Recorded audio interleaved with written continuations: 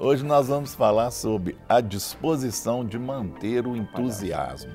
Tá lá em Neemias 6:3 que fala assim: e enviei-lhes mensageiros a dizer: estou fazendo uma grande obra, de modo que não poderei descer. Por que cessaria esta obra, enquanto eu a deixasse e fosse ter convosco? E da mesma maneira enviaram-me 4 vezes, da mesma maneira lhes respondi. Então nós vimos aqui que ainda foram enviados 4 vezes para a mesma questão e ele deu a mesma resposta, né? Que foi Neemias falou: por que irei eu, se eu estou fazendo uma grande obra?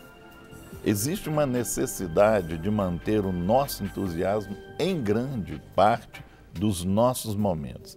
Apesar de alguns tipos de personalidade terem essa facilidade para se conservarem entusiasmados, outros não.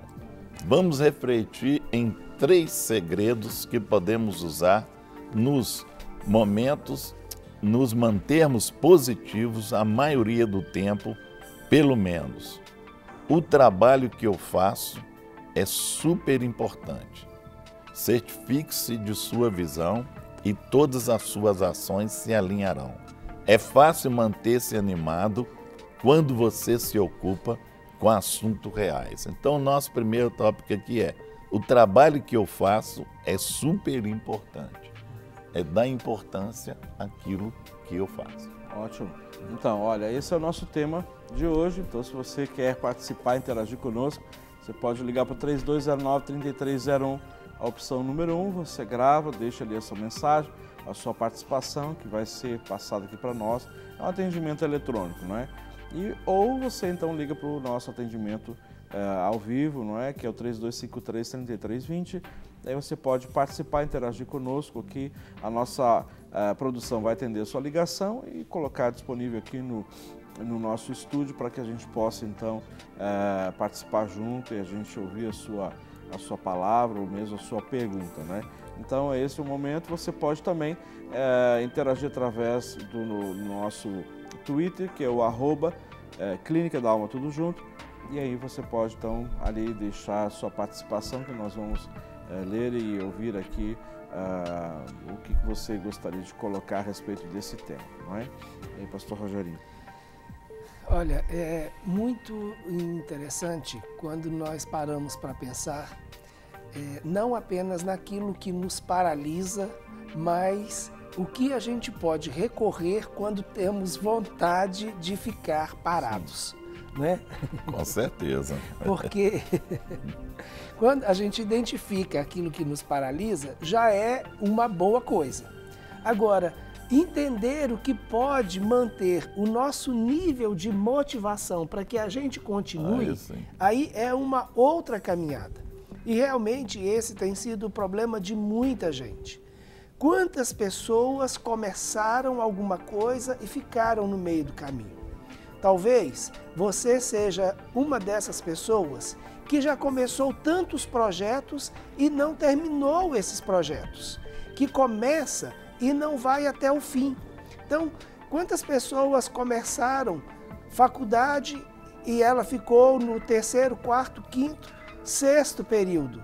Quantas pessoas começaram um trabalho em casa, né? Talvez até aquele conserto na tomada, né? Que a esposa fala tanto e que de repente você foi, até comprou material, começou e parou no meio do caminho.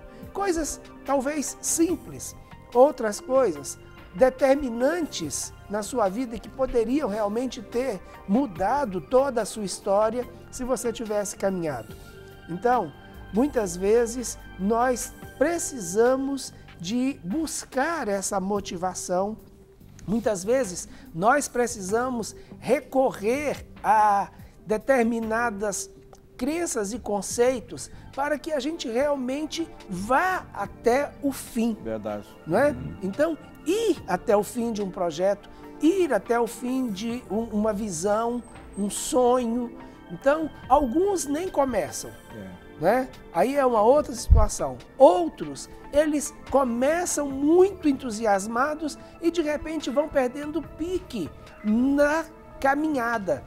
E esse pique pode ser situações adversas, ou mesmo o inimigo se levantando, como é o caso de Neemias, né? Certeza. Então, inimigo se levanta, né, e tenta tirar você daquele foco, né? Então, problemas circunstanciais ou até mesmo o próprio desânimo, quando você olha e chega à conclusão, será que isso realmente é para mim? Não é? Será que vale a pena eu continuar tendo esse esforço todo em direção a esse alvo e a esse propósito? Então, essa é uma situação que, na maioria das vezes, nós passamos por elas.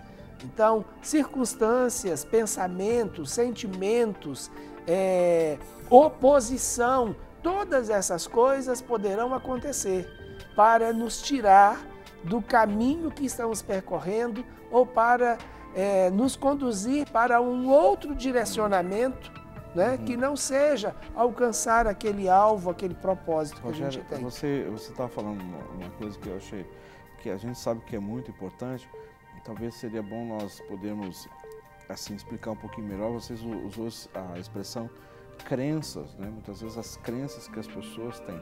E muitas vezes as pessoas não entendem muito bem que crenças são essas, né? Acham que espiritualizam, né? Ou seja, minha crença dentro da perspectiva espiritual.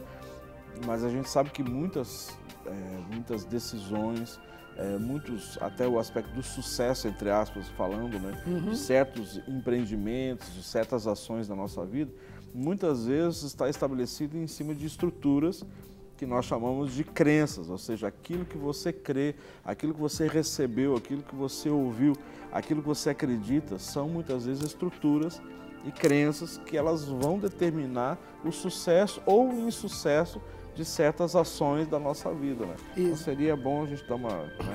Exatamente. Quando a gente pensa em crença, é tudo aquilo que nós acreditamos. Agora, eu posso acreditar em algo que é verdadeiro, como posso acreditar em algo que, mesmo tendo uma aparência de verdade, ela não seja verdade, né? Então, e Paulo ele nos exorta em relação a isso, né? Sim. Para destruir fortalezas, sofismas, né? Então, é exatamente essa estrutura que a gente muitas vezes precisa confrontar. Mas deixa eu voltar na definição de crença. Crença é aquilo que, consciente ou inconsciente, está estabelecido na minha vida, e todas as vezes que eu chegar em um determinado ponto, aquela minha crença, isto é, o que eu acredito em relação àquele assunto, vai determinar a minha ação.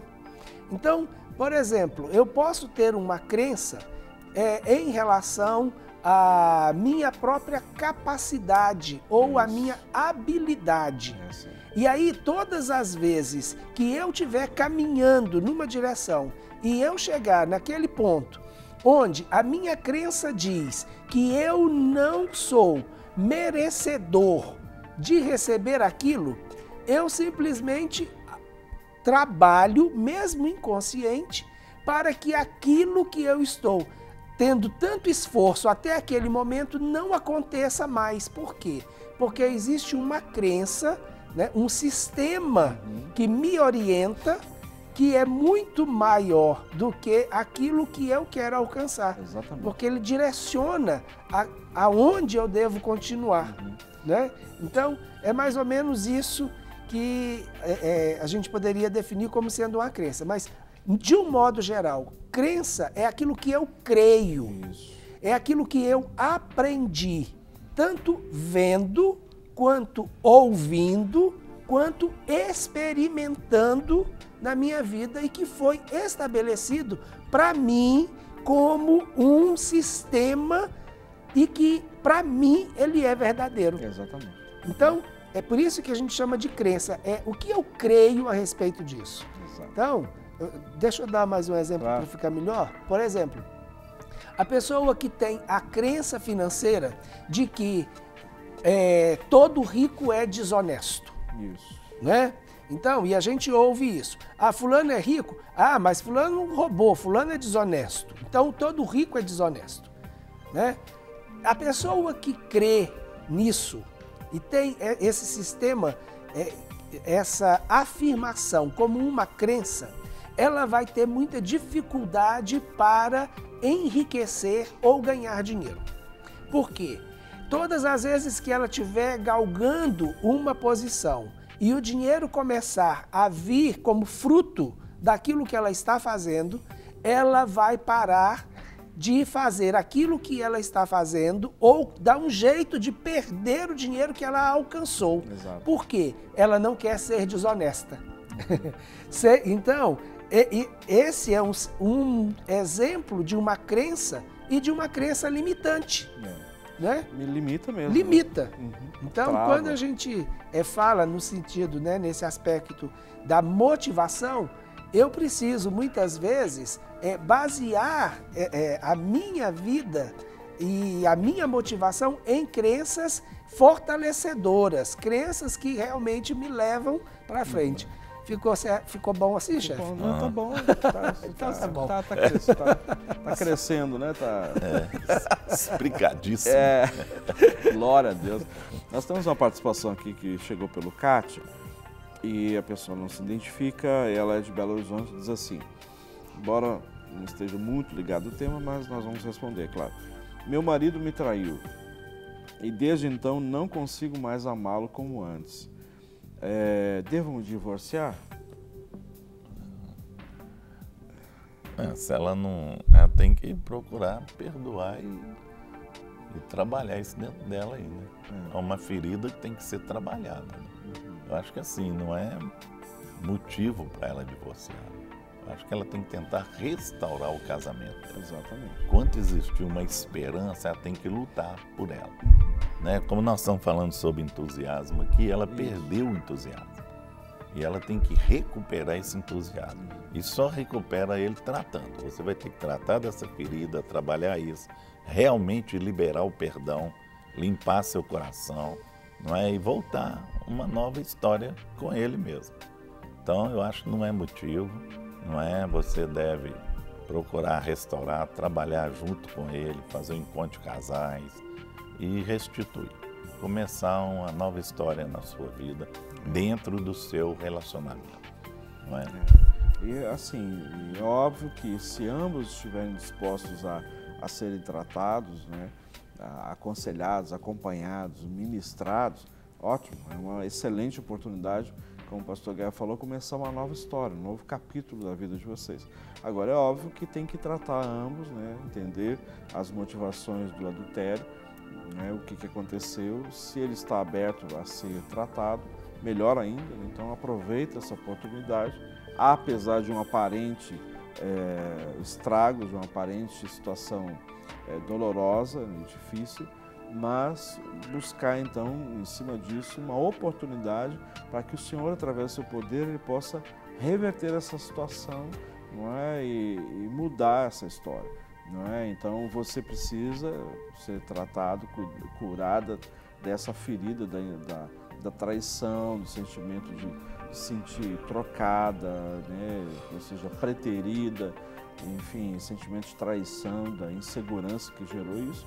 E ele, consequentemente, se estiver aberto para isso, então ser tratado dessa motivação de buscar fora de casa, né? Um relacionamento, e a gente poder entender não somente as duas partes, mas também o relacionamento, né? E aqui na igreja, graças a Deus, tem um ministério que cuida bem dessa parte, que é essa questão do relacionamento de vocês dois, né? Então, oportunidades existem, não é? Seja, ferramentas para tratar disso existem, agora só precisa se dispor e entender que é uma caminhada agora, esse processo dessa restauração, dessa cura na vida de vocês e do relacionamento de vocês. Eu queria aproveitar e fazer um gancho dessa pergunta com aquilo que a gente está vendo aqui, que certeza. É a questão da motivação. Pense no seu casamento como sendo algo muito importante e que é realmente importante. Realmente é, não é?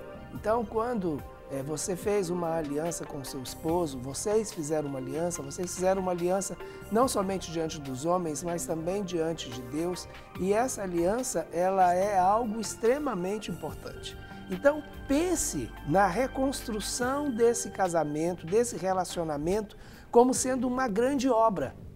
Assim como nós acabamos de ler no texto de Neemias e como é a primeira colocação ali, né?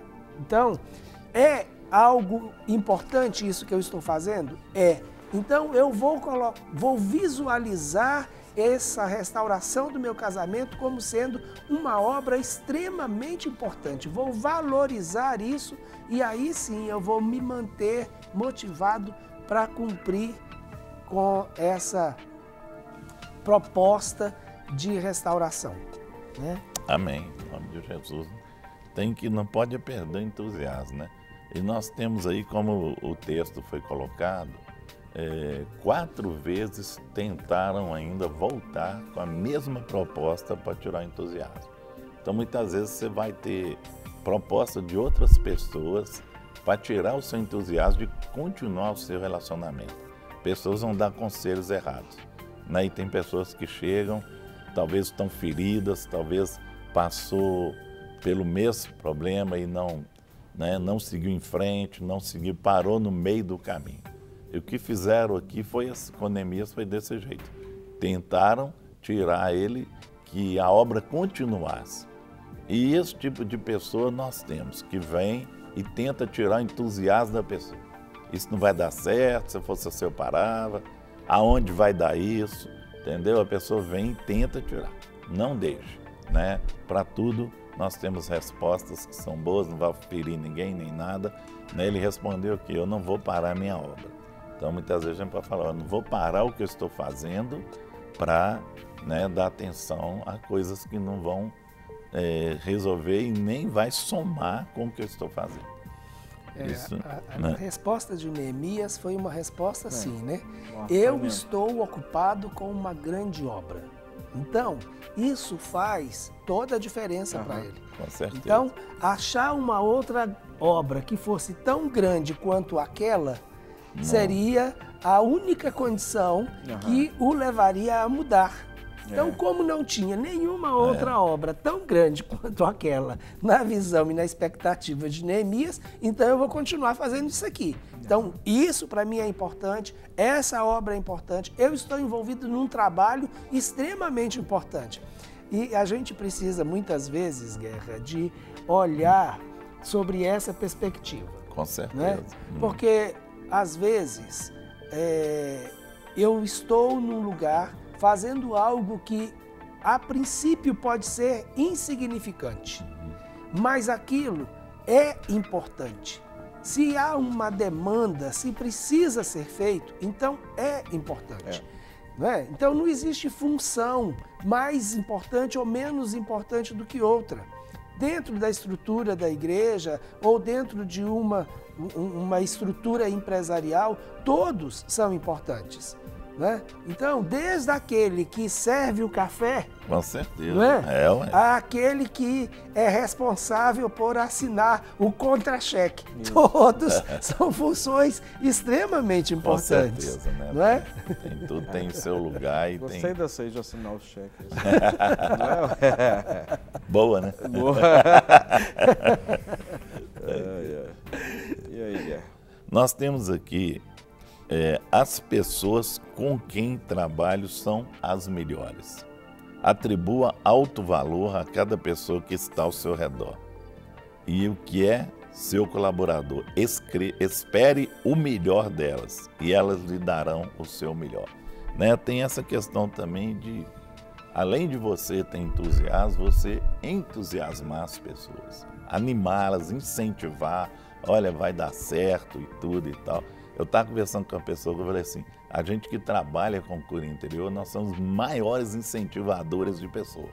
Não é porque ela chega arriada e a gente mostra na palavra, olha, você aqui na Bíblia, né, as pessoas tudo, as palavras que tem aqui, tudo de vitória, né, de você vencer. Então a gente leva a pessoa na palavra e mostra, né, que Jesus era altruísta. Então, colocar para as pessoas quem está ao teu redor, quem está com você, olha, se você estiver entusiasmado, as outras também vão entusiasmar.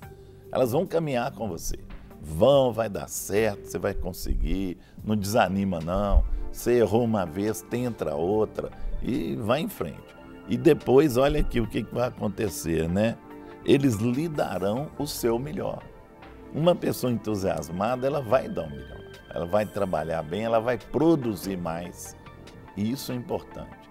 Seja, né, você ter entusiasmo e passar isso para as pessoas. Então, o que nós temos, as pessoas com quem trabalho são as melhores. Demais. Eu queria, na hora que você estava falando, Sim. eu estava pensando na pessoa de Jesus.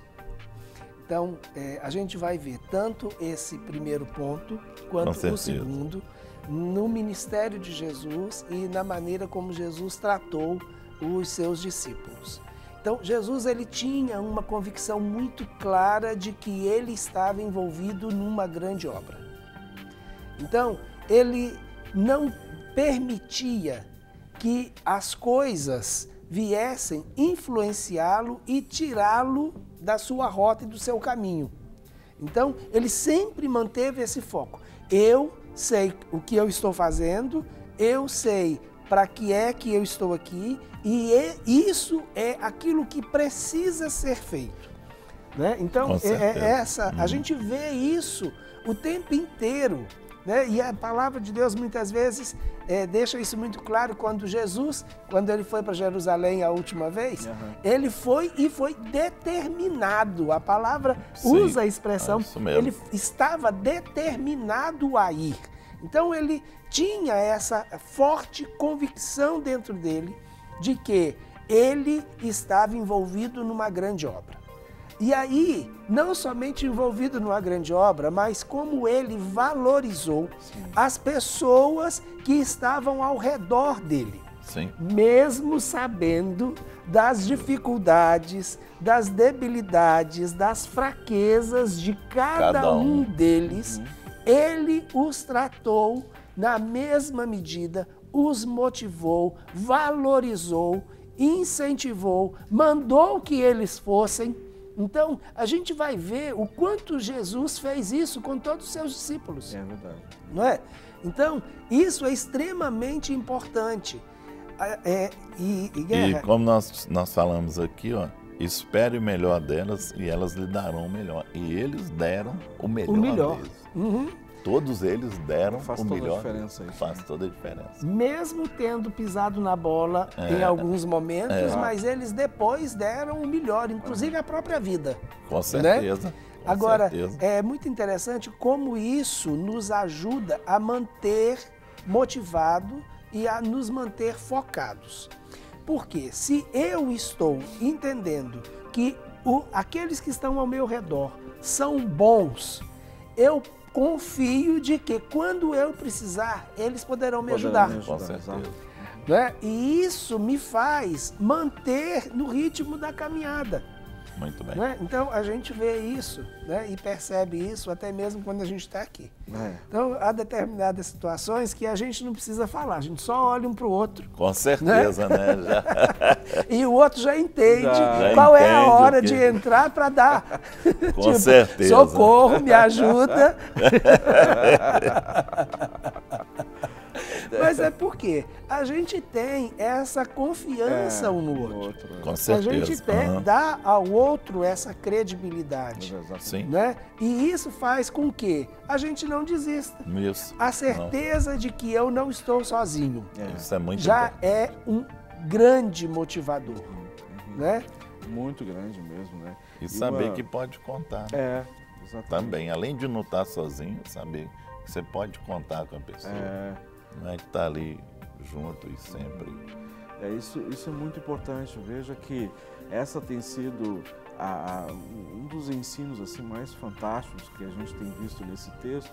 E a gente percebe no Novo Testamento nós vemos Jesus dando esse exemplo, nós vemos o apóstolo Paulo dando esse exemplo, ou seja, o que movia, o que estimulava, o que determinava essa visão, né, esse desejo de, em primeiro lugar, cumprir um chamamento, né, uma missão estabelecida, diante das mais diversas adversidades. Quantas adversidades eles tiveram, né, o próprio Senhor Jesus, né, ou seja, a adversidade Paulo teve em todos os momentos, cada lugar, cada cidade que ele entrava, cada circunstância que ele enfrentou, mas ele fazia isso primeiro sabendo que ele foi vocacionado, ele foi chamado para cumprir, né, esse propósito, mas e todas as pessoas que estavam com ele viam todas as dificuldades, não é? Mas entendia que aquilo que movia, não é, o coração dele não eram interesses pessoais, não eram motivações, sabe, de vanglória ou qualquer outra coisa, mas sim aquele alvo que era quem? Jesus, não é? Ou seja, o estabelecimento da glória do Senhor, o cumprimento das Escrituras. Então, essa é uma das motivações mais fortes e eu entendo que isso precisa mover o nosso coração, né? Então, é importante você, né, que está nos assistindo, né, você entender o que tem motivado o seu coração, né? O que tem levado você, talvez, a lutar por determinadas situações, né? Ou talvez projetos pessoais da sua vida. O que tem motivado? Não é? Talvez é o sucesso, é a realização pessoal, ou talvez o benefício próprio, enfim, né? E as pessoas estão ao seu lado, elas têm a mesma motivação, elas estão olhando com os mesmos olhos para alcançar esse alvo, né? Ou esse projeto da sua vida. Isso é muito importante, determinante na sua vida, né? Então, é muito importante nós pensarmos sobre isso, né? Para receber todas as novidades do canal, inscreva-se e, se curtir o vídeo, clique em gostei. Aproveite para acompanhar a Rede Super nas redes sociais.